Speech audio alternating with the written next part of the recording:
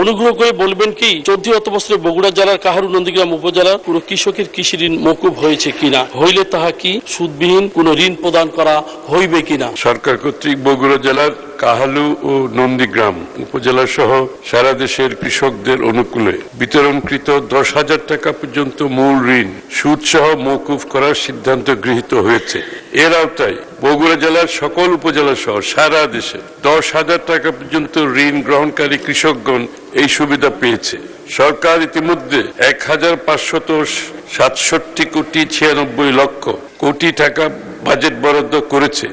এতে বগুড়া জেলা সহ সারা দেশের প্রায় 13,17,500 জন কৃষক উপকৃত হয়েছে। তবে কৃষি খাতে সুদবিহীন ঋণ প্রদান করার কোনো পরিকল্পনা আপাতত নেই, কারণ ব্যাংক আমানতকারীদের নিকট হতে সংগৃহীত আমানত গ্রাহকদের মাঝে ঋণ হিসাবে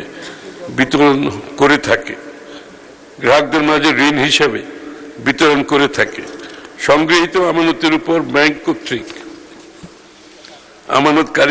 আমানতকারীগণকে সুদ প্রদান করতে হয় বিধায় প্রচলিত নিয়মে ব্যাংকের পক্ষে কৃষকদের মাঝে বিনা সুদে ঋণ বিতরণ করা সম্ভব নয়। ধন্যবাদ।